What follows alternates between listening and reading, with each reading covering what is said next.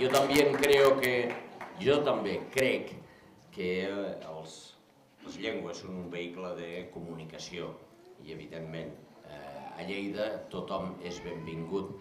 Tothom és benvingut que ve d'altres ciutats, d'altres regions, d'altres països, i bé, si l'organització ha plantejat fer la xerrada d'aquesta manera en castellà, em sembla adient. Benvinguts i benvingudes totes, bienvenidos, y yo quiero felicitar a Slow Food por esta feria, este acontecimiento, un acontecimiento que depasa la exposición de productos, de unos productos de proximidad, ecológicos, de salud y que transmiten valores y muy especialmente transmiten valores a nuestros jóvenes a través de la educación y a través de los talleres educativos que se han organizado coincidiendo con la feria y sus jornadas técnicas. Para mí es un orgullo que Lleida sea referencia en el movimiento de Slow Food a nivel de nuestra región europea, a nivel de un amplio espacio en el cual cada vez van siendo más conocidos estos valores. Y el tener hoy aquí, además, a Teresa es para nosotros un honor como ciudadanos de Lleida. Hemos compartido con ella otras charlas en nuestra ciudad, en diferentes foros, y debo decir que su amplitud de miras, su capacidad de comunicación y su conocimiento científico merecen la pena compartir una conferencia con ellas, y siempre és bienvenida a nuestra ciudad. Gràcies, Teresa Forcada, per ser aquí amb nosaltres, y bienvenidos todos a Slow Food.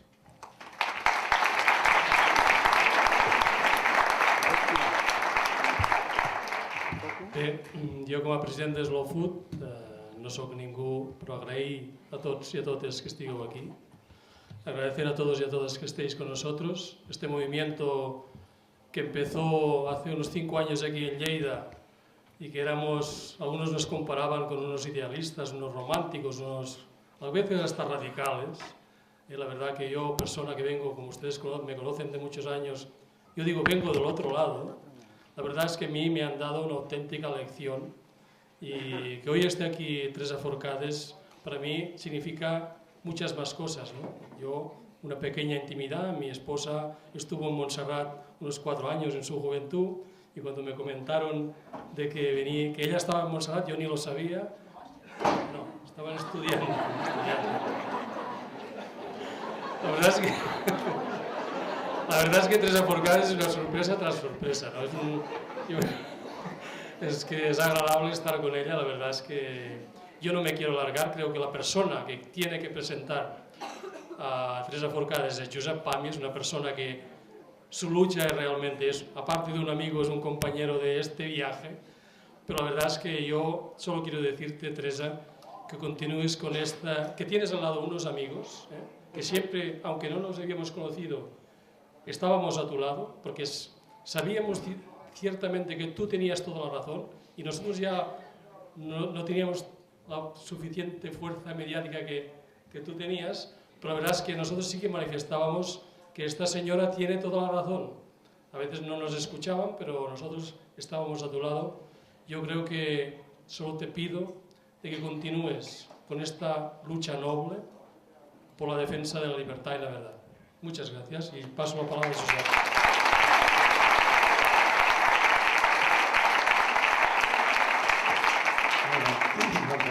Yo hace 10 años, cuando descubrí que Monsanto vendía un producto que era el espartamo, las Coca-Colas Light, que mataba a niños porque ahí hacían un abuso las Coca-Colas Light, por ejemplo, de chiclets sin azúcar, hacía una asociación de padres americanos de niños que habían muerto. Fue cuando empecé a darme cuenta de que mi agricultura química podía ser un desastre, porque Monsanto precisamente era una de las empresas más fuertes a nivel de pesticidas. Y en este cambio, al cabo de unos años, encuentro un libro publicado en la red gratuito que se llama Los crímenes de las grandes empresas farmacéuticas, que escribió Teresa Forcades, y aquello me acabó de abrir los ojos, ¿no? De que la misma industria farmacéutica que hace las semillas, hace los pesticidas con los que nos envenenan y hace los medicamentos que no curan, ¿no? Y otros medicamentos, pues que como ella explicaba en ese libro, que os recomiendo, que podéis buscar en internet, Los crímenes de las grandes empresas farmacéuticas, veréis que es horroroso el trabajo que están haciendo muchas de esas empresas, ¿no? Bueno, pues con el paso del tiempo pues, llegó un momento que hicimos una propuesta al Parlamento de Cataluña de una iniciativa legislativa popular y la primera idea que tuvimos fue ir a ver a Teresa al monasterio a ver si quería apoyar esa iniciativa y la sorpresa de que fue enseguida no solo ella, sino las 30 hermanas, las 30 monjas que había allí, que también en bloque la apoyaron y a partir de allí, pues bueno, era más fuerza para hacer aquellos 500 actos que hicimos en toda Cataluña intentando buscar firmas para llevar esa ley al Parlamento, que al final el Parlamento se cargó sin discusión. Pero esto ya es el pueblo que lo tiene que valorar, la opinión pública en estos momentos, gracias a aquella campaña tan enorme, está en contra de los transgénicos en una mayoría muy importante. Y yo creo pues, que para nosotros Teresa pues, ha sido, durante estos últimos años, que es cuando lo hemos conocido más a fondo, un referente total de valentía. Yo recuerdo cuando fuimos a conocerla al monasterio, las hermanas que nos recibieron, ¿está Teresa Forcade? Sí, sí, pero ¿quién sois? Es que cuando entramos es que tenemos miedo de que le hagan algo, ¿no? De que... Sí, claro, me imagino que por los temas sensibles que está tocando, miedo a que fuéramos cualquiera de esos sicarios que... De escáner d'armes, no tenemos. Bueno, pues nada, yo creo que voy a tener seguramente nuevos datos porque ella antes nos saca un tema a la opinión pública, lo ha estudiado en profundidad, no es como nosotros que a veces hablamos muy rápido, ¿no? Y que estamos cada día diciendo cosas, no es que no creamos que sean verdad, pero a veces son creencias, ¿no? Sobre una verdad, no todas, hay veces que también buscamos el fundamento a tope, pero creo que ella hace ese trabajo a fondo, que es lo que le autoriza más que nosotros cuando opina sobre algo. Nada más, Teresa. Yo sí te pido, si puedes, que hagan este esfuerzo por muchos compañeros nuestros que han venido de todo el Estado español, para que ya sin problemas nos podamos entender, si no tú mismo, ¿eh? O sea que el idioma que quieras.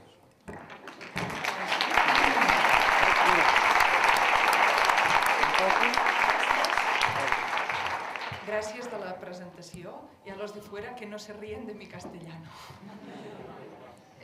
Entonces, bueno, pues yo la charla de hoy la tengo dividida en 4 partes y me gustaría tratar, pues, iniciar la charla hablando del tema de la medicalización. Y ahora estoy escribiendo un libro que espero que aparezca este año sobre este tema, que es la medicalización, y me gustaría pues empezar tratando este punto. En un segundo apartado querría decir algo sobre el tema de la disonancia cognitiva respecto a la propia comunidad social o política como fuente de patología. Un tercer apartado, hablar sobre la obesidad. Y finalmente, si hay tiempo, pues decir algo de la antropología de la libertad, que creo pues, que subyace el tratamiento que hacemos de estos temas. Esto es un poco el programa, por tanto, ya he dicho antes que no sale la gripe A. Y bueno, pues si luego en las preguntas hay alguien que quiera pues, preguntar de cualquier tema, naturalmente esto está abierto. También antes de empezar, como hemos leído al principio, la carta de esta persona con el síndrome de la sensibilidad química múltiple. Parece, bueno, se lee, entonces queda como en el vacío. Yo no sé si luego en las preguntas lo podremos recoger, pero antes de empezar, pues sí, agradecer a esta persona que se haya querido hacer presente, sabiendo que hay otras que no es ella sola, ella nos habla de centenares, pues sí hay personas que les hubiera gustado estar hoy aquí, no pueden por este tema, y un poco que las personas que padecen de sensibilidad química múltiple las podemos ver como los centinelas de la comunidad. Esto se habla en general de todas las alergias, que serían personas, a veces sí es cierto que tienen pues una sensibilidad, por decir así, extraordinaria, que no se puede generalizar a la población. Pero muchas otras veces, en el tema de la sensibilidad química múltiple, la investigación que conozco va en este sentido, no es que sean personas que tienen un gen raro y por eso tienen este tipo de patología, sino personas que su dintel de sensibilidad a algo que para todos sería o es o está siendo tóxico, su dintel de sensibilidad para ello es más bajo. Por lo tanto, antes enferman de lo que enfermaría, si siguiéramos en este camino de intoxicación química, enfermaría la comunidad. Por tanto, son centinelas de la comunidad y en este sentido, pues agradecerles bueno, su presencia a través de la carta y pues en este sentido de solidaridad. Esto para empezar. Yendo ya al tema de la medicalización. Habría 3 nociones, pero hoy trataré esta de la medicalización, que creo que en los últimos 20 años, en lo que es el sistema sanitario, han aparecido con fuerza, han aumentado, y las 3 considero que son negativas para los intereses públicos. La primera es la medicalización, la segunda es la protocolarización y la tercera es la privatización. Sobre la privatización, pues se ha hablado mucho en torno del problema de la gripe A, intereses privados de unas pocas empresas, muy pocas empresas, que pasan por delante del beneficio común y público. El otro paraguas en el que se acoge esta privatización sería algo que se da en llamar partenariato público-privado. Esto del partenariato público-privado en sí mismo no es que sea nocivo, porque pensar que puede haber iniciativa privada en un sistema económico, público o social, esto yo creo que es positivo, naturalmente, y que esa iniciativa privada pueda pues, entrar en relación con la iniciativa pública o con los programas públicos para pues, mejorar la calidad del servicio que se ofrece, en sí no creo que sea problemático. Lo que ocurre es cuál es la forma concreta con que estos PPP, que seguro que en el Ayuntamiento de Lleida pues tienen unos cuantos, porque bueno, es la manera como funcionan las administraciones hoy en día, pues insisto, el problema no sería tanto el hecho de que existan, sino con qué cláusulas se establecen estos contratos, sobre todo cuando afectan a la investigación sanitaria o al ofrecimiento de servicios en sanidad. Recientemente ha habido una iniciativa en Barcelona, en el Hospital de la Vall d'Hebron, para tema de oncología, en el cual pues, el médico responsable explicaba en un medio público con toda pues, alegría que, de hecho, el funcionamiento de este partenariato se dividía en un 60% de inversión privada y un 40% de inversión pública. Bien, si hay un 60% de inversión privada, quiere decir en la práctica que la capacidad decisoria está en manos privadas. Y en la práctica esto significa un trasvase de dinero público hacia una empresa privada. ¿Por qué? Porque se le ayuda en ese 40%, pero la capacidad decisoria, si tú tienes el 60% de un negocio, está claro en manos de quien queda. Esto, como ha dicho Josep, no me gusta decirlo con esta generalización y debe estudiarse caso por caso, pero lo quería apuntar al inicio. Porque está aumentando mucho y siempre pues con esa conjuntamente con lo que se da a llamar la desconfianza de lo que sería la administración pública, ¿no? Como si la administración pública todo lo hace mal, la administración pública es un desastre, la iniciativa privada nos ofrece calidad. En este sentido, citar también un ranking de la OMS, que la OMS estuvo publicando hasta el año 2000 y a partir del 2000 ha dejado de publicar el ranking que voy a decirles enseguida. Y la pregunta es, ¿por qué lo ha dejado de publicar a partir del año 2000? Esto lo he investigado y de momento no he descubierto por qué lo ha dejado de publicar, puesto que era un ranking que nos valoraba a nivel mundial los sistemas sanitarios en su conjunto, no en un aspecto particular, sino en su conjunto de coste-beneficio. En este ranking, que el último fue publicado en el año 2000, el Estado español aparecía en el número 7 del ranking, Estados Unidos en el número 34. Estados Unidos, como saben, es un sistema eminentemente privado de sanidad con un coste que supera en 7 veces en el año 2000 el coste que tenía en ese momento el Estado español. ¿Cómo puede ser que un país gastando 7 veces más y siendo privatizada su sanidad esté no solamente unos puntos por debajo de otro mucho más pequeño y en ese momento pues también emergente de una situación pues, de los 40 años de franquismo que ya había pasado, pero esto aún en España se notaba que había pues, unas rémoras de un tiempo donde había habido unos condicionamientos muy fuertes a nivel público. Pues incluso con esta situación, insisto, uno era el número 7, otro el 34. Y si se van siguiendo las estadísticas estas oficiales a nivel mundial, se observa que no se correlaciona la inversión sobre todo a nivel privado en sanidad, con los índices de salud, que se miden normalmente con la esperanza de vida y con otro índice que es incluso más importante, que es la esperanza de vida sana. Porque uno puede decir, sí, viven hasta los 100 años y a partir de los 60 ya no se mueven de la cama, que no quiere decir que no sea una vida productiva, pero si además consideramos una inmovilidad de tipo psíquico, con demencias aumentadas, etcétera, pues nos interesa valorar esperanza de vida y sobre todo esperanza de vida sana, de lo que se llama calidad de vida. Pues estos índices, insisto, no se correlacionan con la inversión. Y tenemos, como para estudio, el caso de Singapur, que es quizá el más interesante, donde con una inversión mínima consiguen unos índices de salud que están pues, entre los 3 primeros a nivel mundial.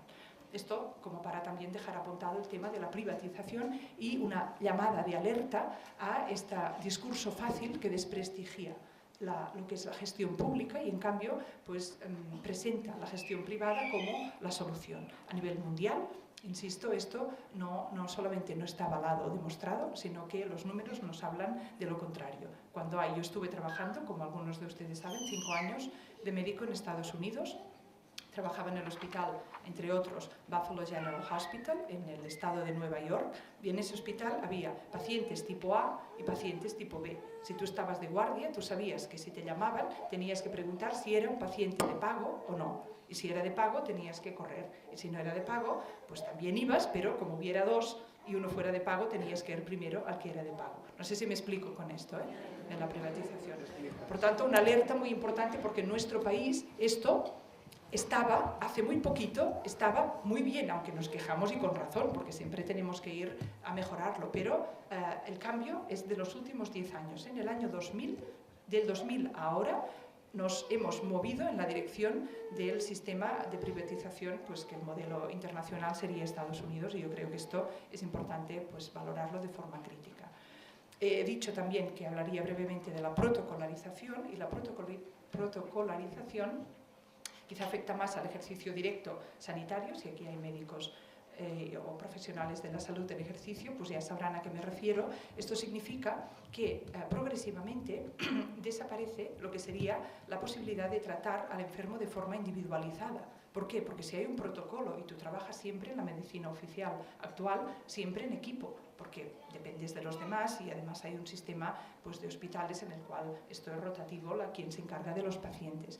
En este sistema, el trato individual de los pacientes, cuando hay protocolos, significa que si una persona viene con un determinado síntoma, pues hay una serie de pasos que deben hacerse y deben hacerse siempre independientemente de las características individuales de la persona. En algunos casos, los protocolos salvan vidas y ayudan a que los estándares de tratamiento sean pues, los más elevados según conocemos hoy en día. Pero en muchos casos lo que ocurre es que se protocolariza el tratamiento de manera que pues se convierta el asesoramiento clínico en simplemente la aplicación de protocolos previos, en lugar de ser pues, poder examinar la persona en su individualidad y sobre todo la preocupación al respecto de ciertos protocolos, e insisto, me refiero de nuevo a mi experiencia en los Estados Unidos, era que se realizaban estos protocolos de acuerdo con una cosa que se llama los grupos de diagnóstico. Y estos grupos de Diagnostic Related Groups, estos grupos de diagnóstico, yo en ese momento no lo sabía, luego me he podido informar que habían sido elaborados no por profesionales de la medicina, sino por el equipo de economistas de la Universidad de Yale. Por tanto, era una manera de distribuir las enfermedades que también tenía incluida en su misma distribución un interés de tipo económico que tenía que ver con la manera luego de facturar esas intervenciones médicas. Por tanto, la protocolarización también la dejo solamente apuntada y paso pues a la medicalización, que sería el proceso mediante el cual en los últimos 20 años de forma espectacular áreas de la vida que no tienen directamente por qué ser consideradas de dominio médico han pasado progresivamente a considerarse problemas de tipo médico. Enseguida pongo un ejemplo. Por ejemplo, el caso de la hiperactividad infantil.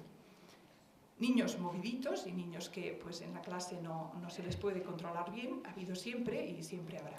Que dentro de estos niños haya una minoría que puedan ser enfermos de alguna patología de diferentes tipos, esto tampoco creo que se pueda ni se deba negar.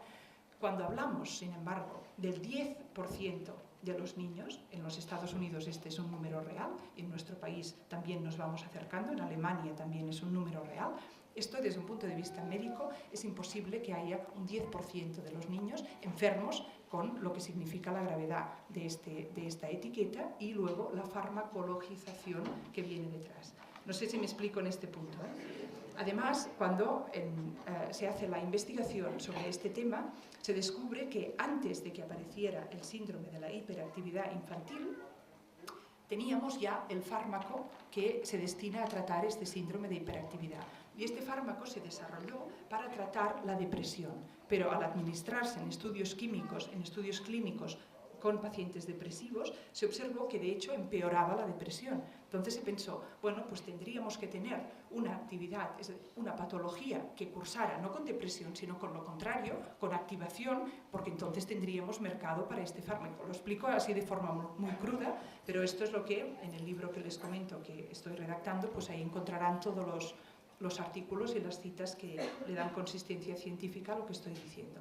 Pues bien, primero, el fármaco fracasa en su aplicación a la población target o objetivo, que eran pacientes con depresión. Se observa que empeoran la depresión y, por ejemplo, la bradipsiquia, que es el enlentecimiento de los procesos psíquicos, o la bradiquinesia, que es el enlentecimiento de la actividad motora, y entonces se piensa, bien, si tuviéramos una patología que cursara con taquipsiquia, que es, ¿no?, demasiada aceleración a nivel mental, y con aceleración también de tipo motor, pues esto sería un medicamento adecuado. Y entonces empiezan una serie de campañas en los Estados Unidos para poder identificar si realmente esta población existe, con unas baterías de test en las escuelas, unas sensibilizaciones, con lo cual, a partir del momento en que se descubre la posibilidad de esta comercialización, ha empezado a aumentar el diagnóstico de esta enfermedad hasta el número actual que yo conozco, que es de un 10%. Y esto, desde un punto de vista médico, lo que significa es que se farmacologizan estos niños, y el estudio último que conozco en Alemania nos indica que los niños farmacologizados, ¿no?, que se les trata con medicamentos por la síndrome de hiperactividad, en general, y siempre insisto, puede haber unos casos particulares que esto sea muy importante, pero en el 10% de la población tratada, el rendimiento escolar disminuye, no aumenta. Y por tanto, lo que conseguimos en la práctica es que, si la cosa tiene éxito, que a veces tampoco, el niño no moleste. Y esto creo que no es justificable desde un punto de vista ni humano, ni parental, ni de escolarización, ni mucho menos médico. Pero hay más ejemplos. El ejemplo de la medicalización de la sexualidad, por ejemplo. Es conocido de todos, pues, el tema de Viagra y el tema de qué manera esta disfunción de la erección masculina pues pasa a ser, en algunos casos, insisto, como en el caso de los niños, puede ser perfectamente que haya una patología tratable de tipo médico, pero la cantidad de varones que toman esta medicación incluye personas para las cuales la disfunción eréctil tiene que ver, pues, por ejemplo, con la relación de pareja y con la manera como la persona se percibe a sí misma y a lo que significa ser, pues, un varón exitoso, y lo que significa poder relacionarse con la pareja de una forma que sea satisfactoria. Aquí tenemos todo un ámbito en el cual ya desde hace tiempo esta teoría emergente de las nuevas masculinidades intentan ampliar el supuesto de lo que significa, pues, tener una masculinidad, como digo, exitosa y poderse sentir bien con uno mismo siendo varón. Dentro del tema de la medicalización y la farmacologización se vuelve a cerrar este abanico para centrarlo en la posibilidad de tener una erección completa, como si de ahí dependiera, no sé, ¿me estoy explicando con esto?, el éxito de la relación. Pero además, en este ámbito volvemos a tener una estrategia identificable de mercado que ocurre a finales de los años 90. Es en el 97 cuando la farmacéutica Pfizer, que es la que comercializa Viagra, se dio cuenta que tenía un problema con Viagra, y ese era que solamente podían comercializarlo para la mitad de la población, es decir, para los varones. ¿Qué ocurre con la otra mitad, con las mujeres? Entonces, la idea era, vamos a ver si existe una síndrome de disfunción sexual femenina, porque si existe, entonces podemos también desarrollar un fármaco para, pues, tratar este síndrome. La manera, voy a también resumirlo un poco, pero dentro de la capacidad de diagnosticar o de la estrategia de diagnosticar esta síndrome supuesta de disfunción sexual femenina, incluía un test con 7 preguntas, de las cuales había una que era: ¿usted en el último año ha experimentado más de 2 meses sin deseo sexual? Si la respuesta a esta pregunta era sí, usted tiene un síndrome de disfunción sexual. Independientemente de si la persona, pues, acaba de romper con su pareja y está en un momento, pues, que está procesando este duelo, o está en un momento de creatividad en otro sentido y no tiene, es decir, un modelo antropológico reduccionista, y el número, y esto todo, pues, con las citas y artículos, esto incluso en el libro que ha citado Pàmies, Josep, ahí ya hablaba de este síndrome de la disfunción sexual femenina, pero la cosa ha continuado. Esto les daba el número en Estados Unidos de un 45% de las mujeres que lo padecerían este síndrome. Pero es que hay más, es decir, vuelve a ser absurdo el número. Insisto, siempre debemos mantener la mente abierta para que haya una minoría de mujeres, de varones, de niños, de ancianos, de quien sea, que necesiten tratamiento, incluso farmacológico. Yo creo que la postura, al menos la que yo represento, no es antifarmacología, antimedicina biomédica. Yo creo que la anestesia es una cosa fabulosa, la penicilina otra cosa fabulosa, y muchas de las intervenciones. Lo que ocurre es que esto se extrapola de una forma exponencialmente creciente en los últimos 20 años, y esto es injustificable, y además entonces provoca no solamente más mal que bien, sino que puede patologizar y enfermar a la población de una forma pues muy importante, como iré detallando. Quiero decir algo más de esta síndrome de la supuesta síndrome de la disfunción sexual femenina, puesto que me interesa comentarles cuál fue el modelo experimental para desarrollar entonces un fármaco para esta síndrome. Bien, tenemos ya, según estas estadísticas manipuladas y inconsistentes, el problema identificado en 45%, porque esto quiere decir que en cada consulta médica de ginecología en los Estados Unidos, la mujer que entraba le decían, mire, mientras espera para la visita tiene que rellenar este cuestionario, y el cuestionario contenía esto, y luego esto pues lo procesan y publican un artículo en JAMA, que es la revista de la Asociación Médica Norteamericana, donde hablan del 45%. A continuación viene el modelo experimental. ¿Qué modelo experimental? Cogieron el modelo de conejas, a las cuales les medían la ingurgitación de la zona vulvar. Es decir, un modelo calcado del modelo masculino. Y ha insistido que el modelo masculino, por suerte, ha entrado en crisis, que uno puede decir, este varón puede funcionar a nivel sexual solamente cuando tiene una erección potente definida por la capacidad de penetración. Esto es una manera reduccionista, no digo que no sea importante, pero obviamente es reduccionista. Pero si esto lo intentamos pasar a la mujer y decimos, la mujer funciona sexualmente si tiene una ingurgitación suficiente del área vulvar, aún si les parece esto es más absurdo y alejado de lo que para una mujer significa una relación sexual satisfactoria. Pero este era el modelo, y así se medía, pues con pequeños medidores de volumen, la ingurgitación de la zona vulvar de las conejas. Encontraron un fármaco a base de testosterona, un parche de testosterona, que conseguía que la zona vulvar de las conejas se hinchara un poquito más. Y dijeron, esto es la medicina para las mujeres que tienen síndrome de disfunción sexual. Esto es así mismo. Esto lo intentaron pasar por la FDA norteamericana, que también en los últimos años ha perdido el prestigio que había ganado en los 60, cuando, por ejemplo, bloquearon la talidomida en Estados Unidos, y se dio pues, en otros países, como saben, con los problemas de amputación de miembros. Pues ahora está perdiendo este prestigio, pero aún en los años a finales de los 90, cuando se intentó pasar, esto era la compañía Procter y Gamble, el parche de testosterona, entonces lo impidieron la FDA porque había efectos secundarios tan graves como infartos de miocardio y cánceres de mama, que consideraban los promotores del medicamento que eran como efectos leves, y en la FDA pues dijeron que esto no podía pasar. Pero se ha visto, ¿no?, los diferentes elementos, cómo se diagnostica o se crea la enfermedad, cómo luego el modelo experimental se aleja de los problemas reales que pueden existir en muchas mujeres y que deben ser abordados, pero no con este modelo de la coneja. Y luego se le da un medicamento que además resulta que tiene unos efectos secundarios peores que este potencial beneficio que, como he indicado, pues no está justificado. Este sería otro ámbito donde este problema de la medicalización pues, representa una amenaza para la salud. El término de medicalización nos remite a un teórico pues, de la antimedicina, conocido supongo de muchos de ustedes, que es Ivan Illich. Ivan Illich, austríaco, sacerdote, luego salió y bueno, fue un promotor de lo que llamaríamos la crítica radical a un sistema médico, que él, en el año 76, Illich publicó un libro que se llama Némesis Médica. Némesis proviene de la palabra griega, de una diosa griega que es la diosa de la venganza, y esta diosa de la venganza, en la mitología griega, se dedica a vengar los excesos también en el contexto griego se llama hybris, y esto sería prepotencia, ¿no? Es cuando pues, esta intención de dominar el medio, el entorno y nuestras condicionantes naturales, pues excede los límites permitidos, y luego ahí pues, hay un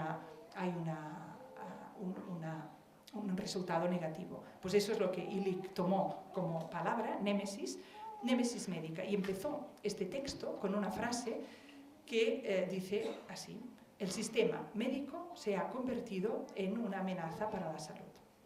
Esto es como empieza Illich esta es su tesis en el libro Nemesis Médica, pero lo que me interesa ahora es comparar esta tesis de Illich en el año 76 con la tesis que el mismo Ivan Illich en el año 98, 20 años más tarde, defendió en el Congreso de Bolonia, porque me parece que esta segunda va a incidir mucho más sobre lo que pues a nosotros nos afecta directamente. En el 76 su formulación princeps era el sistema médico es una amenaza para la salud. En el 98 cambió y dijo la obsesión por la salud es fuente de patología, o se ha convertido en una patología. Y esto me parece que es directamente relevante para nosotros porque podría haber el peligro de considerar, primero porque el sistema médico siempre es algo que podemos imaginar como fuera, ¿no? Entonces, delante de este algo que está fuera, hacemos un análisis pues, de tipo de lucha de clases, por ejemplo, y tiene muchos elementos muy válidos, pero nos faltaría este elemento de internalización que quizás es el más interesante para nosotros, cuando uno internaliza aquello que, bueno, en donde se socializa. Y en nuestro entorno, esta obsesión por la salud también en su vertiente natural, como puede ser, ¿no? En una fira como la de hoy, puede haber elementos que tengan que ver con la medicalización, lo único que pues, hablen de ella desde un punto de vista alternativo, pero que no salgan del marco que nos dice la vida, lo más importante es mantener la salud, por ejemplo.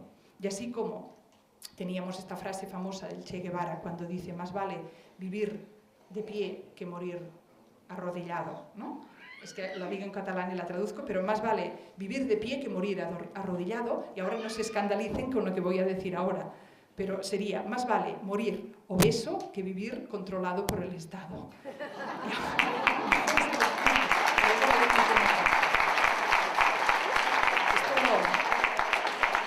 Lo aplicaré luego porque creo que esto sí que es uno de los elementos que aparecen hoy en día como de incremento del recorte de las libertades, siempre, claro, en nombre de algo que sea atractivo para la población. Porque desde el inicio, pues que tenemos noticia en la historia, existe la posibilidad de un control militar directo de las poblaciones, pero esto no ha tenido nunca éxito, ni en la época de Hitler, ni en ninguna época. El control militar directo de la población necesita siempre de la justificación ideológica.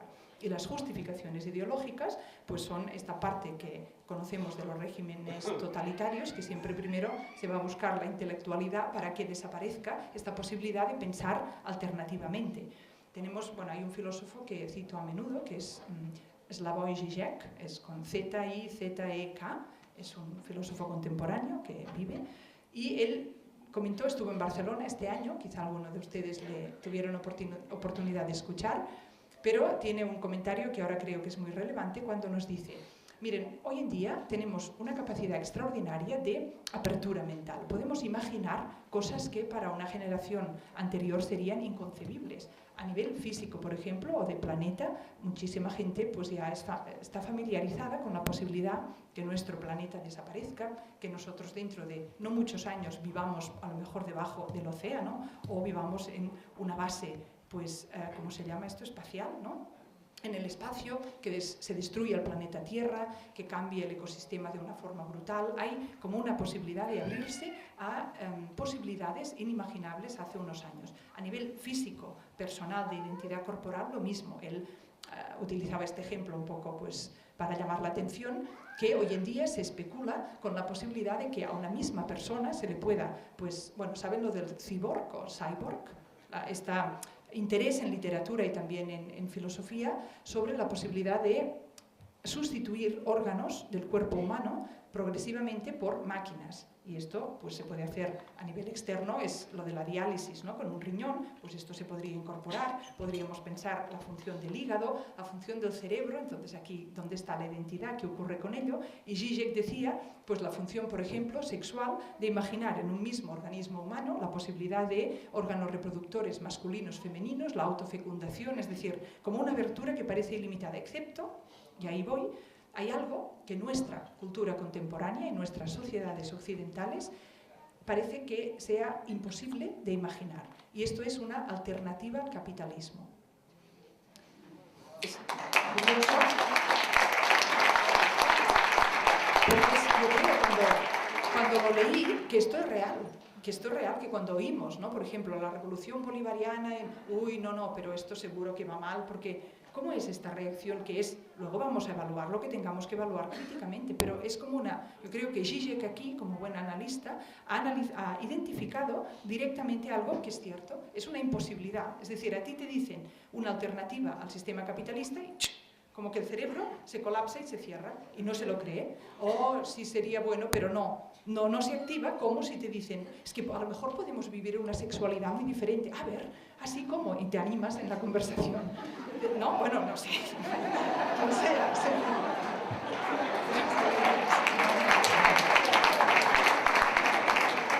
Pero, entonces, en este sentido, que decía de la imaginación y de la posibilidad de pensar distinto, ahora ya paso, porque luego si no me va a quedar el tiempo muy corto, al segundo punto, que sería esto que también quería nombrar de la disonancia cognitiva con la propia comunidad social o política. ¿Y qué quiero decir con esto? Quiero decir algo tan sencillo como la culpabilización del enfermo o la enferma. Culpabilización del enfermo o la enferma es una manera de pensar la enfermedad que pasaría por decir, si la persona está en equilibrio, en armonía, si la persona hace lo que debe hacer, si la persona no tiene, por decir así, problemas, no enferma. Y cuando una persona enferma es que algo va mal. Esto en el Evangelio de San Juan, en el capítulo 9, ya se lo preguntan a Jesús cuando pasa por la calle y ven a un ciego y los discípulos dicen, este hombre es ciego, ¿quién ha pecado, él o sus padres? Porque si hay una enfermedad, en la manera de concebir antigua es que alguien ha hecho algo malo, no es la culpabilización de la enfermedad.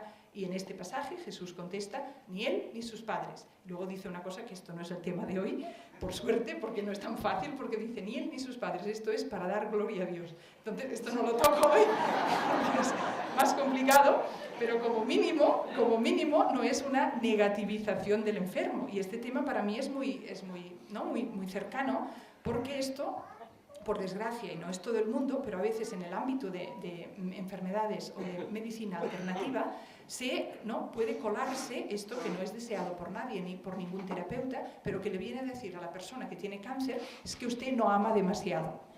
Y como tiene retención de amor, pues se le ha hecho un cáncer. Lo estoy tratando de forma muy superficial porque es fundamental este aspecto de armonización psíquica profunda de la persona, y ahí salen unas potencialidades que no las podíamos ni imaginar antes de empezar un trabajo de tipo profundo. Con esto estoy absolutamente de acuerdo. Pero ahora les pondré otro ejemplo de por qué me interesa de forma tan clara, diríamos, separar esto, que siempre es posible entrar más dentro de uno mismo y siempre es posible como descubrir zonas de bloqueos emocionales y liberar con muchas ofertas que hay hoy en día que son excelentes. Pero esto no tiene nada que ver con el juicio, que dice, persona enferma, algo ha hecho mal, persona sana, pues en principio debería ir bien. Esto también en la Biblia, Job, se pasa todo el libro de Job hablando de esto, diciendo, yo estoy malo y yo no me he portado mal, no he transgredido ningún tipo de, por decir así, ley moral. Y en cambio, mira qué me pasa. Y mira que es el que se dedica a explotar a todo el pueblo y cada día más gordo en el sentido positivo de la palabra, cada día más sano. El ejemplo era la psicóloga Linda Jones, psicóloga norteamericana. En los años 90 se trasladó a los Balcanes justo al acabar la guerra de los Balcanes e hizo un estudio de campo, que es el que ahora les quiero citar, en el pueblecito de Foča. Bueno, pueblecito, no tan pueblecito, tenía 40.000 habitantes antes de la guerra. Foča es un pueblo de Serbia, en la Serbia actual. Al inicio de la guerra de los Balcanes, este pueblo, 40.000 habitantes, de los cuales 45% eran serbios, 10%, 20% eran y 55% eran musulmanes, serbios y musulmanes. Al finalizar la guerra, la totalidad de la población se había reducido a 15.000 personas y todas eran serbias. Esto es el dato crudo de lo que ocurrió en Foča. Y a Jones, esta investigadora, le interesó tratar con los niños para ver de qué manera la guerra afectaba a su crecimiento, a sus percepciones. Hizo un estudio con un grupo de niños de esta ciudad de Foča que al final, diríamos, inmediato de la guerra, tenían 9 años y ella los volvió a seguir al cabo de 10 años. Es decir, a los 9 y a los 19.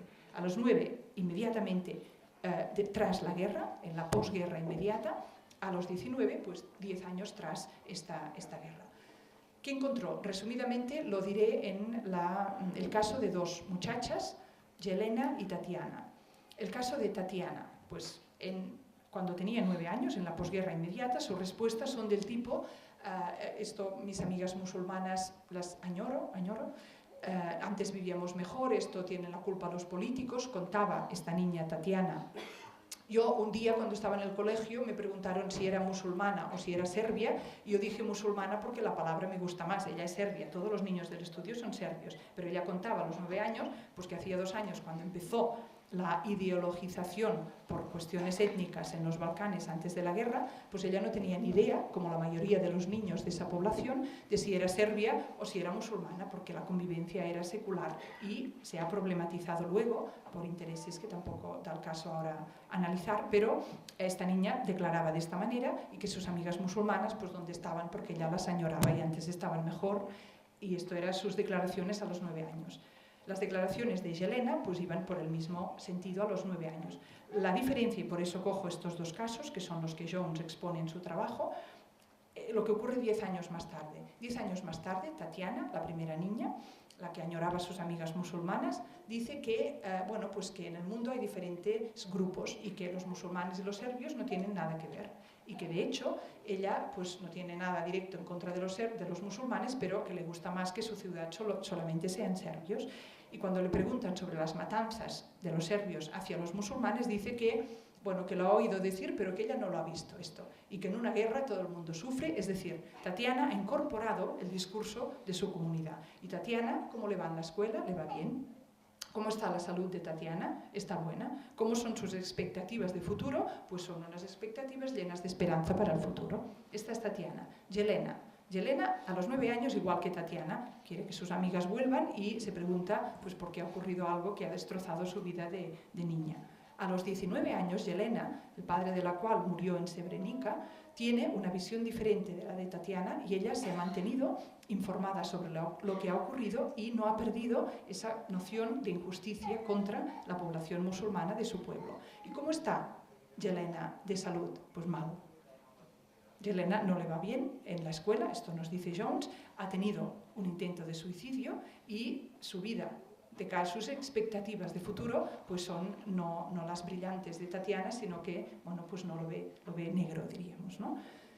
Esto es la disonancia cognitiva con tu propia comunidad social o política. Y esto me ha interesado de citarlo hoy en el contexto de medicalización y de salud y de esta posible, como he citado por Iván Illich, posible obsesión con la salud, como si eso fuera el marcador de una vida con sentido. Yelena sería en este caso pues como la paciente o la señora que nos ha pasado la carta al inicio del síndrome de sensibilidad química múltiple, un centinela de su comunidad. En Yelena está la reserva de humanidad de ese pueblo de Foca, no solamente en ella, pero en las personas que mantienen esa conciencia distinta de la de su comunidad, naturalmente con presión. Esta disonancia cognitiva es como el término así conocido para describir esto, disonancia cognitiva con la propia comunidad, siempre pasa factura a nivel físico y psíquico, como no lo va a hacer si vivimos en comunidad. Si tú tienes unas ideas que no son las de tu grupo, hacer el profeta, ya se sabe que los profetas viven corto, pero los griegos decían más vale corto y bueno que no largo y no tanto. O sea que la vida, el objetivo no puede ser alargarla, el objetivo no puede ser, y esto como médico pues lo digo claramente, no puede ser vivir más o vivir más sano. Esto no puede ser un objetivo de una vida con sentido. El objetivo tiene que ser otro y luego intentar conseguir el objetivo pues con el máximo de salud. Pero si nos dejamos como engañar en este sentido para enfocar nuestras energías vitales a la prosecución de la salud, yo creo que nos convertimos en marionetas del sistema neocapitalista, pues del cual ya he dicho lo que pienso hasta ahora. El ejemplo de esto, que antes lo he citado parafraseando lo de Che Guevara, que querría ahora citar también para los de ustedes pues, que este tema les interese, el tema de la obesidad, porque recientemente he leído el libro de un sociólogo alemán. Este libro que voy a citar ahora está publicado en octubre del 2009 y yo no conozco que haya traducción, o sea que ahora está en alemán, pero yo voy a proponer a alguna editorial catalana o castellana también que lo traduzcan porque creo que es muy interesante. El título en alemán, la traducción sería Gordo tonto y pobre, el título. Y debajo ponen las mentiras sobre la obesidad y, bueno, a quién beneficia, ¿no? Es un libro en este sentido de denuncia. ¿Por qué? Porque ha sido también en los últimos 20 años, y ahí hay un análisis, el sociólogo, el autor se llama Federico Friedrich Schorp. Si a alguien le interesa es S-C-H-O-R-B alta, o B. Y Schorp, el sociólogo Schorp, que es un sociólogo de Berlín, un hombre joven, lo que ha hecho ha sido analizar, entre otras cosas, por ejemplo, la literatura dedicada al tema de la obesidad y temas afines o relacionados en los principales medios de comunicación en los últimos 20 años. Y se observa que, igualmente como ocurre en el tema de la disfunción sexual femenina o en el tema de la hiperactividad que ya he nombrado, que primero existe un interés comercial o bien una reunión de tipo político y a continuación esto se vierte en los medios de comunicación. También aquí se puede observar a mediados de los 90 una reunión en la OMS donde se habla de este problema de la obesidad como una cuestión de epidemia o de problema sanitario de primera magnitud y a continuación una respuesta que en diferentes ámbitos se le analiza en las Islas Británicas, en Estados Unidos, en Alemania, como la prensa y las revistas, no solamente especializadas, sino las revistas generales, van a hablar de forma incremental de este tema y aquí viene el punto que me interesa destacar, porque uno podría decir, bueno, pero esto es como una enfermedad propia de nuestra sociedad opulenta y está bien que se ocupen. Claro, pero es que el tono de estos artículos en los últimos 20 años ha pasado de hablar en el inicio de la posibilidad de que haya un aumento de esta patología, etcétera, a lo que el título de este sociólogo nos describe. Gordo, como he dicho antes, tonto y pobre. Es decir, otra vez la culpabilización. Y no solamente la culpabilización de la persona obesa, como que si uno es obeso es su culpa y es porque no tiene suficiente, como os digo yo, fuerza de voluntad o suficiente criterio o suficiente elegancia espiritual o lo que sea para dedicarse a cosas del espíritu y no a las del cuerpo, sino, y esto es muy importante, que se le ve a la persona obesa como una carga para la sociedad. ¿Cuándo? ¿Por qué una carga? Porque se hace el silogismo fácil, ¿no? Persona obesa tendrá hipertensión, tendrá problemas de diabetes y colesterol, tendrá que tomar medicamentos, salud pública, esto lo pagamos todos. Usted no tiene derecho a cargarnos a la población general con sus problemas, con su obesidad. Esto es el discurso que aparece hoy en día y Schorp, y esto para mí fue una sorpresa, cita casos reales publicados en el diario The Independent, por ejemplo, en las Islas Británicas. El caso de Nueva Zelanda, quizá algunos de ustedes ya lo conocen, pero en Nueva Zelanda uno no obtiene un visado de trabajo si su curva de barriga excede unos determinados centímetros. Y esto lo cita con... Entonces, ¿pero esto qué quiere decir en la práctica? Quiere decir que la persona, y en este caso es un ejecutivo que le explica el caso que ha sido publicado en la prensa, que llega a Nueva Zelanda y ahí le tienen que medir, como aparte si llevas armas, si no, como en Estados Unidos, si eres comunista no puedes entrar, lo que sea, incluido en esto hay una medición del perímetro abdominal y si tú superas, tú te coges el avión y te vuelves a tu casa.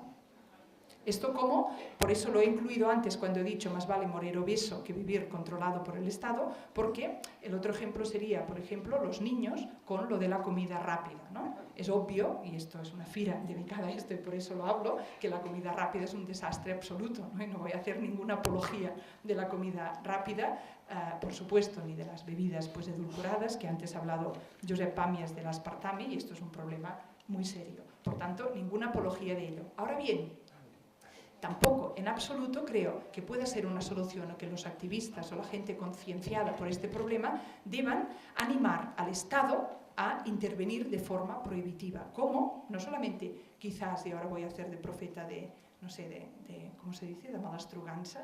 ¿Cómo es esto? De mal augurio. Mal agorero. ¿Es esto?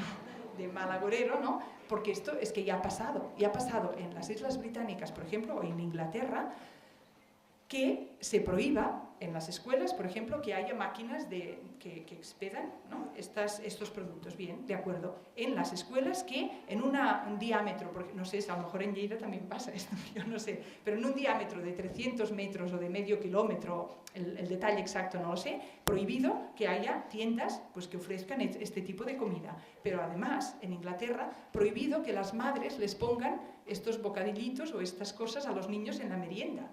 Bueno, quizá alguien de aquí dice, ¡viva! Esto es estupendo. Yo lo encuentro horroroso, porque vuelve a ser como cortocircuito entre una reivindicación legítima y luego lo que nunca es legítimo, que es delegar de esta forma en el Estado, que por cierto ha sido, si miramos en el siglo XX, pues la fuente principal de violencia, en el Estado delegar una intervención de tipo prohibitivo, pues dirigida en este caso pues esto a las madres, de manera que la anécdota sigue en Inglaterra, en algunas escuelas. Entonces las madres a la hora de la comida o de la merienda o del almuerzo, el desayuno, a la hora del desayuno, en el patio diríamos, se van hasta la reja de la escuela para pasar por la reja a sus hijos la comida que les quieren dar.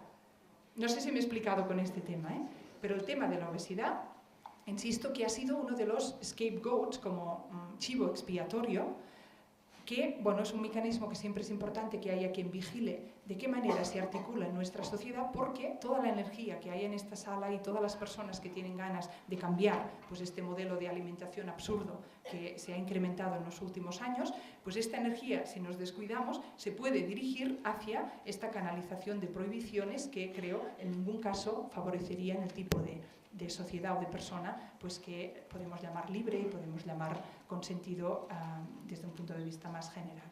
Y entonces ya para terminar querría decir un par de notas sobre esta antropología de la libertad que creo que debe subyacer pues, a toda intervención que desee ser de calidad desde un punto de vista humanitario.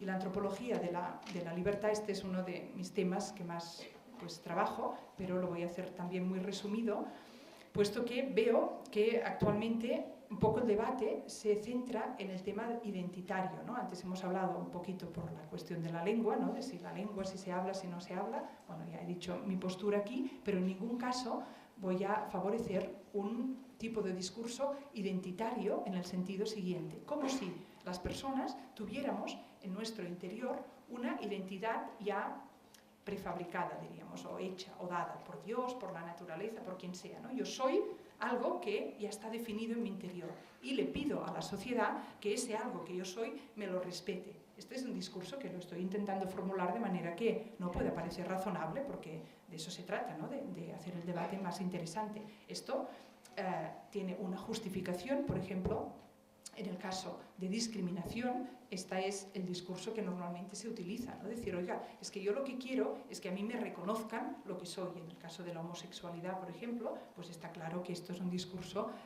que ha sido necesario y que lo sigue siendo, por desgracia aún, en muchos ámbitos de discriminación.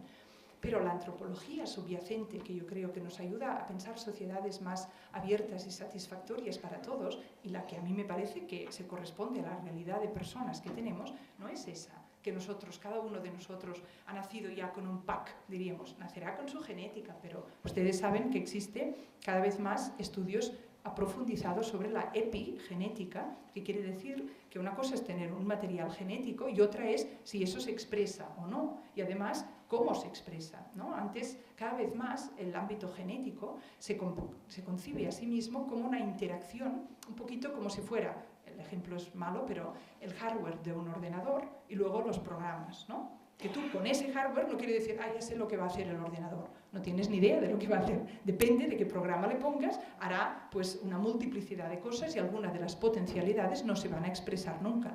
Por tanto, de ninguna manera este código genético se puede ver como algo predeterminado. Y ahora hago un paréntesis, con lo de la medicalización, uno de los ámbitos que creo que son más preocupantes es este énfasis incrementado sobre el diagnóstico precoz a nivel genético, que se traduce en la práctica en que algunas compañías de seguros ya en los Estados Unidos y quizá también aquí, si tú tienes un determinado, o sea, te obligan antes de asegurarte a hacerte un cariotipo, y si tienes unos determinados genes, pues tú tienes que pagar más en esta compañía, porque claro, tú tienes más probabilidad de tener cáncer de mama, según un estudio que vas a saber luego cómo se ha hecho, o de tener diabetes. Por tanto, esto es otra manera de controlar la sociedad desde unos criterios que se convierten luego en beneficio económico para unos pocos. Pero volviendo entonces a esa libertad que intento reivindicar desde un punto de vista antropológico, una cosa digo es tener una dotación genética, pero incluso desde un punto de vista científico esto está mucho más abierto de lo que nos permiten entrever algunos discursos públicos, incluso de genetistas, mucho más abierto, mucho más interesante, mucho más complejo y dinámico, y siempre en relación con el entorno. Incluso los genes que son oncogenes, que pues, se traducen o se pueden traducir en una producción de células cancerígenas, son afectables y afectados por lo que se llama el entorno de esa célula o de ese núcleo que tiene ese gen. Y por tanto, ahí es un diálogo desde el inicio. Pues bien, este diálogo que la ciencia genética va descubriendo en los últimos años es paralelo con el diálogo con que podemos pensar nuestra identidad profunda. Karl Jaspers, que es un filósofo que se dedicó a la antropología filosófica en el siglo XX, y muchos otros autores, pero ahora le cito a él, definía lo humano como aquello que no es, sino que es capacidad de ser. El ser humano se define sobre todo por su capacidad de hacerse a sí mismo. Y esto es una expresión, este hazte a ti mismo, que parecería que desde una antropología cristiana sea contraria a decir, no, perdona, esto lo dirán los ateos o los humanistas de no sé qué cuño, pero desde la religión, por ejemplo, nos hace Dios, ¿no? Pum, ya nos ha hecho. Bueno, pues incluso desde la antropología cristiana, precisamente desde la antropología cristiana, este hacernos Dios es, de hecho, a mi imagen. Y Dios no es el que se ha hecho a sí mismo. Entonces, ¿qué quiere decir? Estar hechos a imagen del que se ha hecho, de la que se ha hecho a sí mismo. Quiere decir que la potencialidad es, en nuestro interior, lo que nos constituye como personas es un espacio de amor y de libertad. Un espacio vacío en el mejor sentido de la palabra. Un espacio en el que es posible lo inédito, lo nuevo. Y esto lo experimentamos cada uno cuando tú realizas un acto que te parece que te ha humanizado, es siempre un acto que te lleva más allá de lo conocido. Eso no. Esto porque cuando tú dices, no, mira, ves, yo soy lo que sea, ¿no? Me defino a mí mismo y esto lo voy aplicando.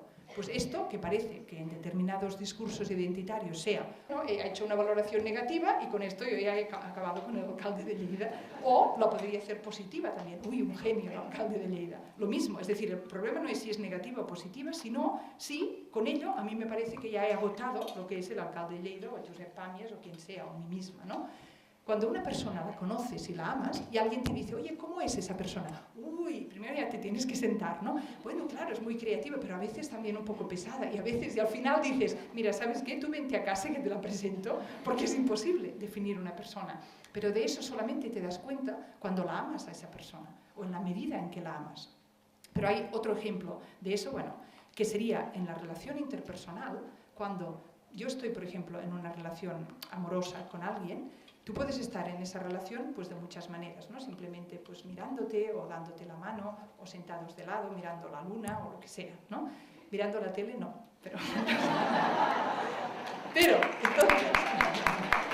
entonces, mientras tú estás en esa relación, que es un intercambio real de lo que nos hace humanos y de ese amor que nos humaniza, en ese momento tú no estás aprehendiendo, y esto es una palabra en filosofía con una H en medio, ¿no? Aprehendiendo, sino no estás siendo capaz de acotar cognitivamente lo que está ocurriendo. Si tú dices en ese momento, ¿no? Ahora lo volveré a hacer con... No, ahora lo haré con aquí.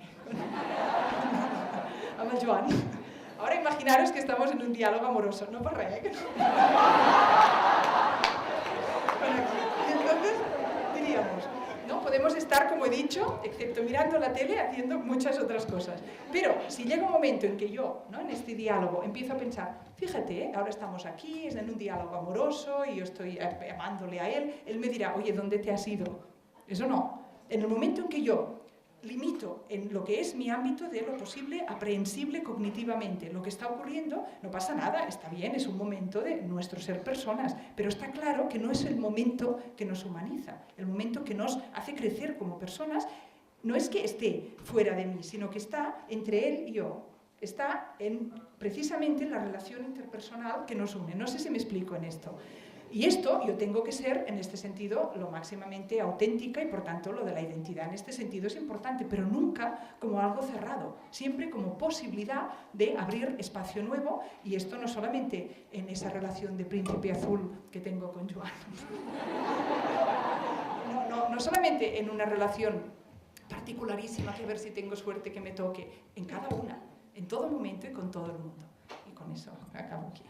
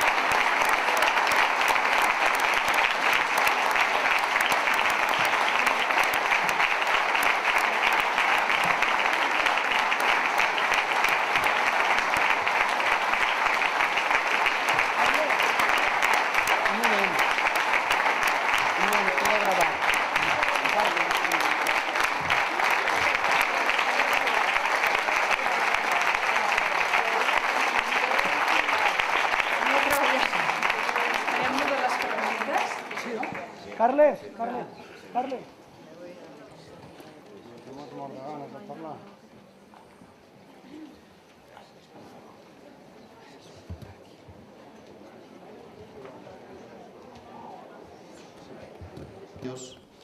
Si hay que hacerlo a nivel político, a nivel social, a nivel humano, a nivel de salud, impuestos por el Estado, esto es imposible, difícil. Creo que en todas las sociedades se tienen que organizar desde abajo y poquito a poco ir ganando estos espacios de cultura, de salud, por convencimiento propio.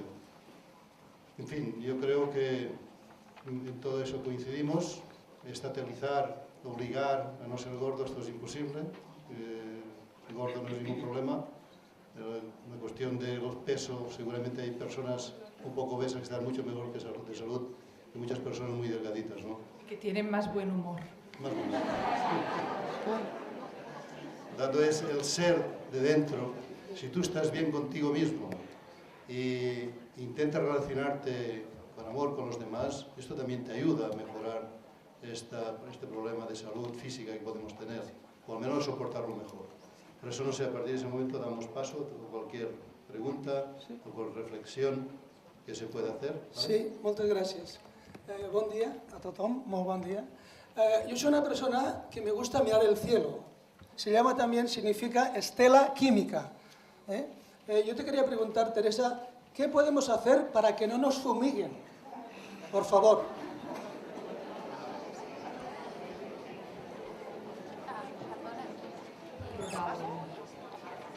El tema dels chemtrails, ¿no? El tema de los chemtrails es, yo no lo he estudiado con detalle, pero lo conozco, sobre todo el ejemplo que pasó en California, con unas fumigaciones aún mucho más masivas, bueno, unas muy localizadas, creo que fue a finales de los 90, y yo no sé el contenido que tengan estos chemtrails d'aquí. Això que és un chemtrail, per exemple, aquí a Lleida, que ho ha fet l'Ajuntament, o que ho fan...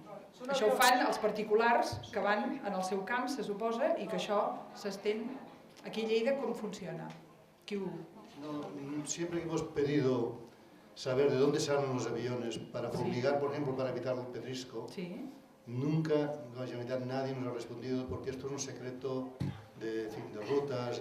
Nunca Esto nadie ocurre en todo el mundo, ocurre en todo el mundo. Sí, sí, ho sé, però per concretar-ho, per no donar una resposta general, com que un secreto de rutas de... Sí, que es un secreto que nunca pueden decir, al menos pregunta escrita a nivel de Consejería de Medio Ambiente, a nivel de Defensor del Pueblo, nunca hemos conseguido saber de dónde sale un avión que en un momento determinado hemos visto que fumiga en el Montsec y parte una tormenta, con lo cual te deja sin lluvia, ¿no? También sin el riesgo de pedrisco, quizá.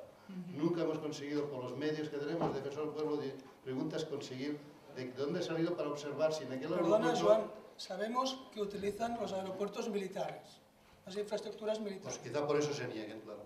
Jo aquí, el tema, quan no conec un tema no en parlo, però el que sí que puc dir és el tema del secret. El tema del secret és un tema que sembla que ens hem acostumat a acceptar-ho, això. Com de dir, clar, hi ha d'haver coses secretes per seguretat. Aquest torna a ser un dels grans temes que hi hagi d'haver coses secretes. Què vol dir? Policia secreta. I policia secreta què vol dir? Per una societat democràtica oberta. És a dir, ens creiem que és possible realment tenir una societat. Jo ara a Berlín, tots aquests anys que hi he estat, hi ha aquest edifici del Reichstag, el Parlament, que el va construir i dissenyar el Foster, que és el mateix del de la Torre Foster de Barcelona, la del Tibidabo, de telecomunicacions, i tot ell és de vidre perquè, clar, la retòrica de la democràcia la coneixem. És una retòrica d'obertura, és una retòrica de ser capaços d'accedir-hi. Però després, com si estéssim acostumats amb allò que he dit abans d'Ivan Illich, que no ho he explicat molt, però he dit, l'obsessió per la salut és la patologia, o sigui, la internalització, la ideologització, aquest creure que és millor que hi hagi àmbits en què el govern pugui actuar sota mà. No, jo crec que això és impossible i que, per tant, això és un exemple, és una manera col·lateral d'entrar-hi perquè en concret del tema no et sé dir detalls, però que si hi ha una part secreta de dir quan, qui decideix, qui són aquests avions que porten exactament a dintre, qui els pilota i de quina manera i qui ho controla, perquè si alguna cosa té la societat democràtica és el sistema dels controls mutus i això no ens ho podem deixar perdre. Aquest tema jo l'he treballat una mica a nivell del que seria el del Tractat de Lisboa, per exemple. Jo quan vaig estar a Berlín, el primer any que hi era, va venir un professor de dret de dret internacional, de dret internacional de la ciutat de Trier, que està al sud d'Alemanya, el van convidar a fer una conferència a la Universitat de Berlín i va parlar del Tractat de Lisboa.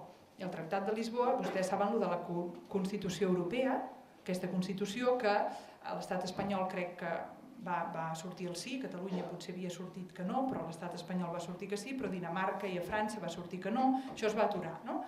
Però aleshores, què ha passat? Doncs que en lloc de dir-li Constitució, que vol dir que ho ha de votar tota la població, se li diu tractat, amb la qual cosa només ho han d'aprovar els parlaments i s'impulsa amb el mateix contingut.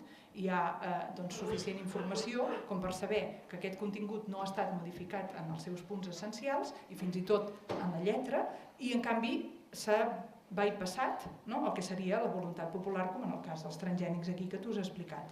Doncs bé, en aquest cas, i amb el tema del secret, quan un mira, el que va dir aquest professor de dret polític a Berlín va posar un esquema, perquè jo en aquell moment era al principi i l'Alemany encara no el dominava tant, però va posar un esquema on posava democràcia, Europa, un camí, i a l'altra punta hi havia democràcia, i al mig d'aquest camí hi havia un senyal de prohibit el pas, Tractat de Lisboa. O sigui, això era com el contingut central d'aquest professor a la Universitat aquesta de Berlín, era que el Tractat de Lisboa és un atemptat contra la democràcia a Europa. I quan un es mira en concret aquest document, troba coses que diries, home, això és el mateix que té la nostra Constitució, diu, per exemple, el Tractat de Lisboa, que el dret a la vida ha de ser respectat. Dius, home, doncs això està molt bé, però llavors hi ha una lletra petita, i aquesta lletra petita diu el dret a la vida ha de ser respectat, el dret a la manifestació també, però si hi ha una manifestació que té suficients aldarulls públics, aleshores la policia pot disparar a matar. I el problema és, què són suficients aldarulls públics? El terrorisme, per exemple. Tothom té dret a la llibertat.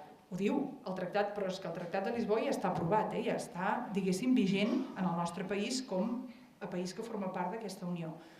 El dret a la llibertat. El dret a la llibertat està firmat en aquest Tractat de Lisboa i la lletra petita diu, excepte, per exemple, si a un l'acusen de possible terrorisme. Qui l'acusa? Vol dir que la meva veïna diu, ui, aquestes monges de Montserrat, i ens poden posar a la presó preventiva, que és una altra noció. Què vol dir presó preventiva? Una presó per un delicte que no has fet, perquè no el facis. No hi ha, però qui ho avalua, això? O sigui que això són temes molt centrals i són temes que en el cas dels chemtrails es poden fer, aquests chemtrails, i el que vulgui dir això, perquè hi ha un marc que fins ara, i aquest és el punt que a mi m'interessa més emfasitzar, no que tot està tan malament i que hi ha un sistema que tot ho domina, en absolut, aquesta no és la manera com jo ho concebo, sinó que hi ha uns canvis que en els últims 20 anys s'estan accelerant i hi ha molta gent que ho està aturant i que és perfectament possible aturar aquesta evolució cap a una societat que es digui democràtica i en realitat tingui molts mecanismes totalitaris. Yo Teresa le explicaré una conversación que tuve hace un año con el presidente de Slow Food Suiza, se llama Rafael Pérez, de descendientes españoles. Decía, la democracia que tenemos en Suiza, que es participativa, con referéndums vinculantes, es la traba para que podamos entrar en Europa. Y no les importa el secreto bancario a la Unión Europea, les importa que renunciemos a la ley de consultas populares vinculantes, que desde el pueblo, cuando los políticos no nos hacen caso o son unos corruptos, pues planteamos con 100.000 firmas, porque Suiza es un país pequeño como Cataluña, son 100.000 firmas, podemos plantear un referéndum vinculante a la población y si lo ganamos el gobierno tiene que obedecer. Pues pasó con los transgénicos. El Parlamento lo votó en contra y la sociedad se enrabió, planteó un referéndum popular vinculante y por la misma mayoría, 70-30, que lo perdió en el Parlamento, lo ganó en la sociedad. Otro referéndum fue de que en la seguridad social pública existieran todas las terapias naturales y se ganó cuando el gobierno decía que no. O sea que en Suiza cualquier persona puede tratarse por la vía que quiera, por la vía de la fitoterapia, de la acupuntura, de su enfermedad como quiera. Aquí es imposible porque no tenemos esa democracia directa que tienen en Suiza. Y nosotros a esto no vamos a renunciar. Pueden mandar a la derecha o a la izquierda, pero la sociedad tiene un instrumento de control de sus gobiernos, que aquí no tenemos y en toda Europa. Jo crec que això és fonamental. És fonamental i amb el tema de les medicines alternatives és especialment important perquè en el nostre país les medicines alternatives són un marcador de classe, evidentment, i el tema de les vacunes igual. O sigui, com més baixa la classe social, més vacunes es posen en els nens. Hola, jo adreço la meva proposta o pregunta als tres o a qualsevol persona de la sala que pugui tenir alguna idea.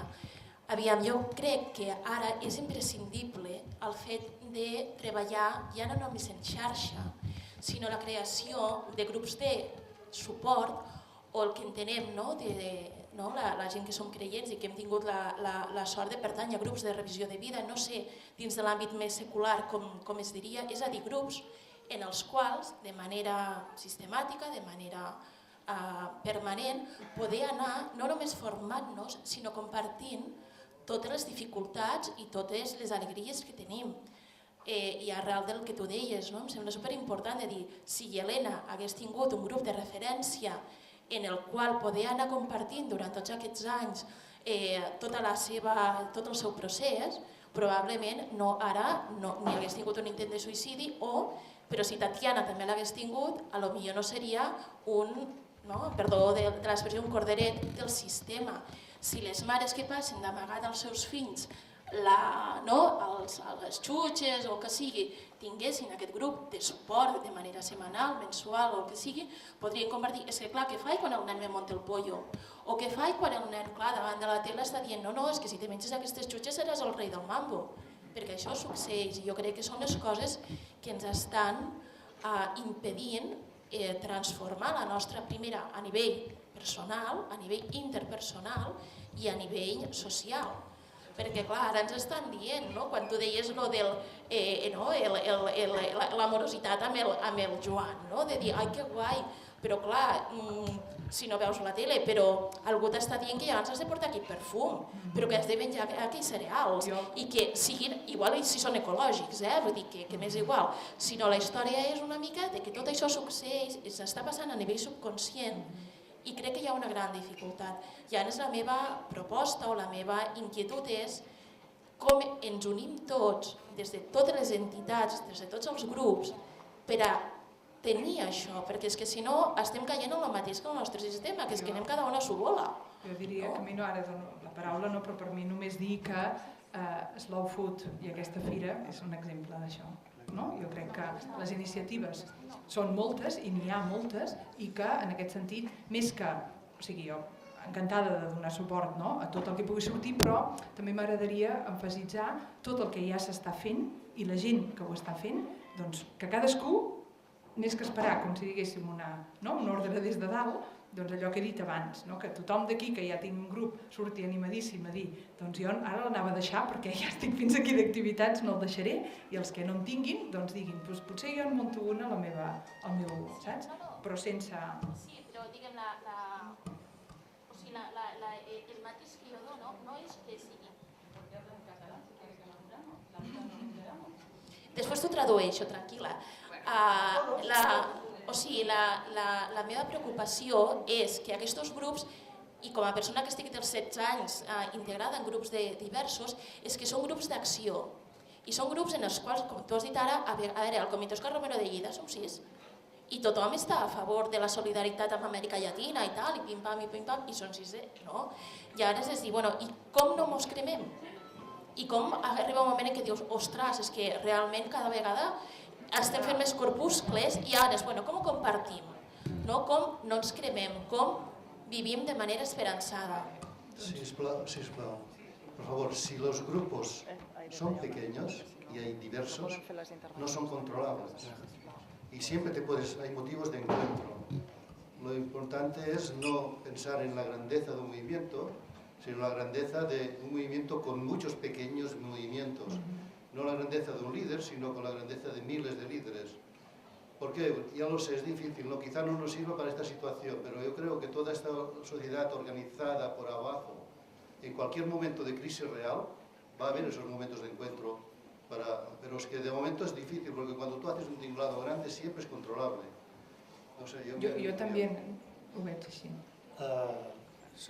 Germana Teresa. Sí, ho puc fer en castellà també. Hermana Teresa, es la primera vez que la veo usted en relieve y ha sido un gran placer. Relieve. Bueno, ja podries haver dit en holograma, perquè en realitat aviat estoy en Berlín. Ja hi arribarem. Bé, li voldria dir, le quería hacer una pregunta, quizás le parezca banal, y es de que a mí me convencieron de que dejara de fumar. Entonces dejé de fumar. Y ahora es menos feliz. No, perdón. No lo sé, pero después de unos años de no fumar, yo me considero un fumador, lo que pasa es que no ejerzo. Como soy un pecador y ejerzo, pero en cambio esto no. Entonces, ¿qué opinión le merece, digamos, esta caza de brujas, que yo lo considero así por lo menos, que ha habido sobre el tabaco? Y no me quiero extender más porque me parece que hay muchas...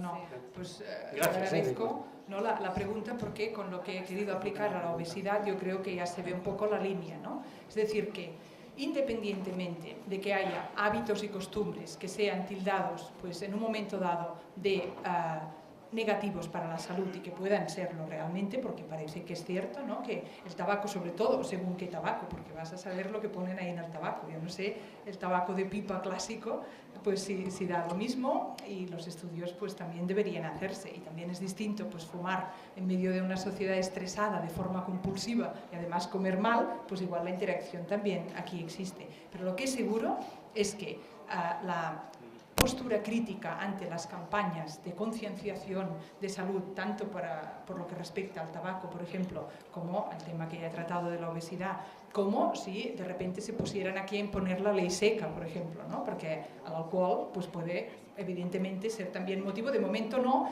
y espero que no prohíban el vino de misa, pero de verdad que esto es ridículo, o sea, vivimos en una sociedad donde la posibilidad, por ejemplo, de llevar un ritmo de vida que permita pues esto de disfrutar de la familia o de los hijos o de no estar sometido a presión desde un punto de vista laboral, a esa presión excesiva de las horas extras, pues que ahora con la crisis hay muchísima gente que está aguantando trabajos y condiciones laborales absolutamente inhumanas y lo hacen porque, bueno, pues porque parece que a lo mejor aún tienes que dar las gracias de que te den trabajo, ¿no? Esto es como el elefante en medio de la habitación y entonces desviamos campañas hacia posibles efectos deleterios para la salud que quizás son muy reales, pero yo las veo realmente, como he dicho antes, como chivo expiatorio y además con este componente de culpabilización cuando le he hecho la broma antes de si usted ahora es más feliz o menos feliz, pero no es una broma, o sea, hay de verdad personas que pueden tener un perfil saludable desde un punto de vista de ausencia de hábitos tóxicos, pero es que en realidad más valdría que fumaran y bebieran y pusieran un poquito más de buen ambiente, porque es verdad, ¿no? Y yo, lo que he dicho antes, de que, bueno, esto es el chiste fácil, pero dice, doctor, que yo no bebo, no fumo, no voy con mujeres. Dice, no es que viva más, es que la vida me parece más larga.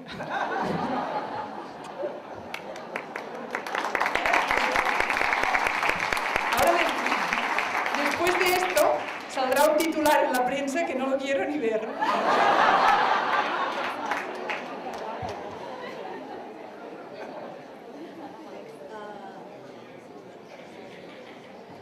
Por favor, aquí por razones de seguridad se ha impedido entrar más de 200 personas en esta sala y están en la otra sala donde están escuchando la conferencia con sonido solo.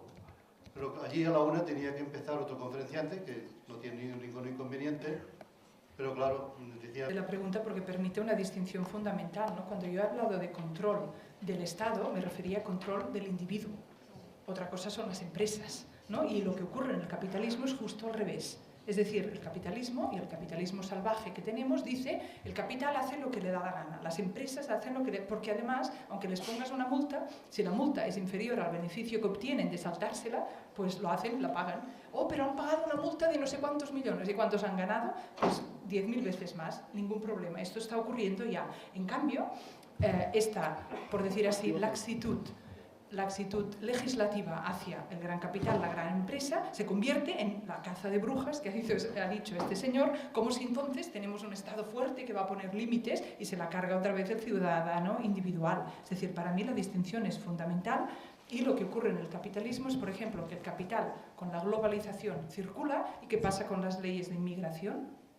En nuestro país es un ejemplo claro, ¿no? ¿Cómo puede ser que hablemos toda esta, nos llenamos la boca con la retórica de la aldea global y ahí se pasean las empresas por todo el mundo y la gente cada vez con más problemas, solo que tengan 1 centímetro más de barriga ya no se mueven o no se van a Nueva Zelanda, por ejemplo. O sea que completamente de acuerdo, pero este matiz, que, insisto, me reafirmo en lo que he dicho antes del control del Estado hacia el individuo. Yo incluso los cinturones de seguridad los encuentro que es una inmiscuirse el Estado en si tú individualmente lo tienes que llevar o no, pero no quiero hacer esto propaganda o antipropaganda, no sé, pero incluso el casco, ¿no?, con las bicicletas, es que son detalles muy pequeños, pero ¿qué hacen? Por ejemplo, en Alemania todo el mundo va con bicicleta y no es obligatorio, lo llevará quien lo lleva y quien no, pero si tú permites o le das potestad al Estado para que te proteja, entonces tú estás abdicando lo que yo creo que es inabdicable y te favoreces un tipo de sociedad que sea lo contrario de lo que Josep ha explicado de lo de Suiza, ¿no?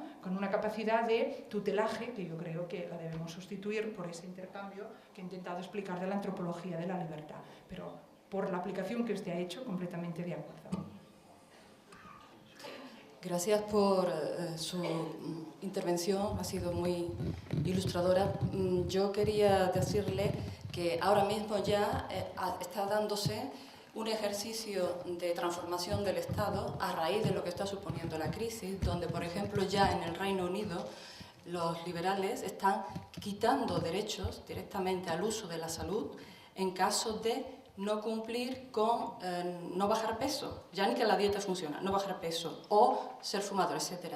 Pero lo que vengo a traer aquí me parece todavía más importante y más relevante porque nos afecta a nuestro propio Estado y a esta nueva regulación disciplinaria desde lo íntimo, individual y de lo personal que se transfiere a lo colectivo. Y es que, no sé si usted sabe, que la semana pasada se aprobó en Andalucía, se dio una sentencia en Andalucía donde se le obligaba a unos padres que se negaban a poner la vacuna del sarampión a sus hijos a tenérsela que poner.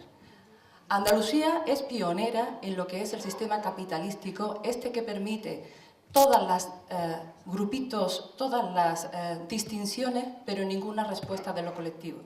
Y en esto yo quiero agradecer públicamente el que haya optado por hablar español, porque la lengua es un marcador de comunicación, pero también un marcador de identidad.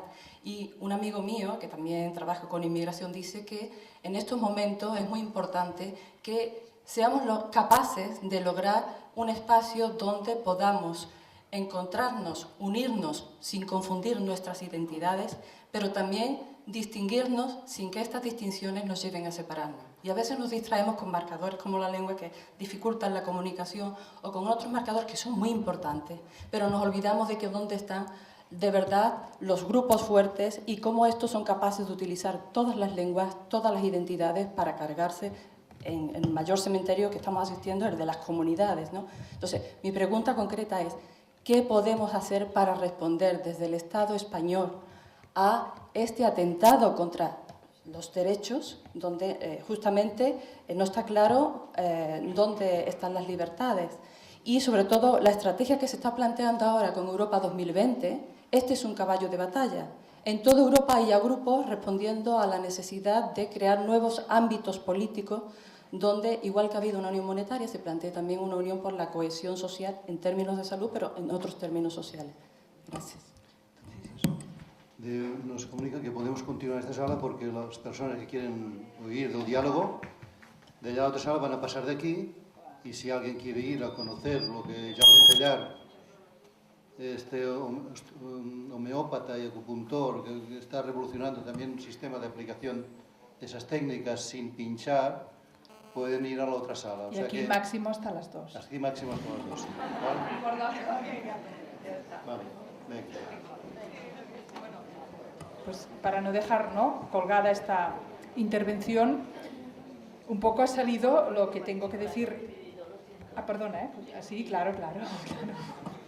Pues lo del, la respuesta delante de la pregunta concreta que podemos hacer con un caso concreto, yo creo que el contexto de mi respuesta un poco es lo que ha ido apareciendo, ¿no? Los elementos que siempre procuro que aparezcan es esta idea de que es posible, no solamente que es posible cambiar estas inercias, sino que cualquier iniciativa, como lo que ha comentado Josep Pàmies de los transgénicos, aunque fracase en su objetivo principal, que en este caso era que se debatiera en el Parlamento y que se cambiara la forma como esto está siendo gestionado en Cataluña al menos, Esto no se consiguió, pero eso no quiere decir que la campaña haya quedado sin fruto. Y en este sentido hay esa, por decir así, confianza de base o de punto de partida de que cualquier gesto de amor, para expresarlo, ¿no?, ancho, y de concienciación, por tanto, cuando lo que busca es este bien común, nunca queda en vano, nunca.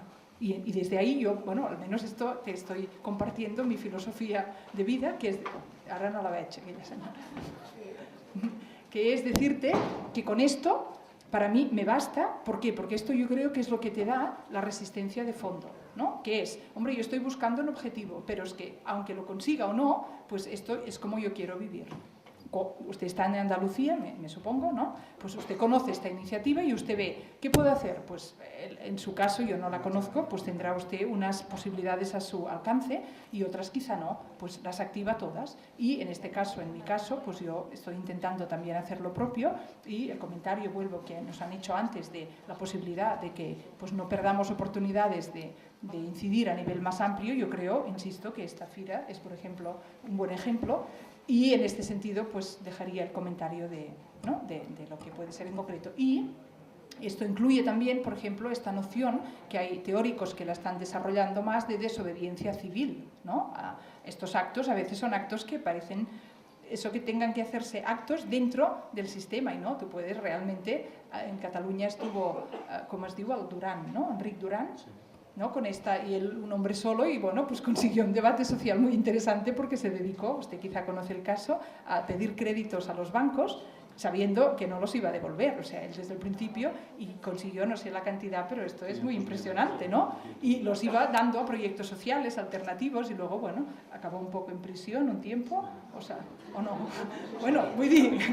Pero él era consciente, o sea, no era una cosa inconsciente, sino que él realmente pensó eso que usted piensa, ¿yo qué puedo hacer? Y pues a él le salió por hacer eso, y es una persona sola, y realmente yo creo una conciencia. Fuerza del individuo. Sí, no, yo ahí pongo toda la fuerza, que no es contrario a la unión. El efecto mariposa. Una expresión, ¿eh? Bé,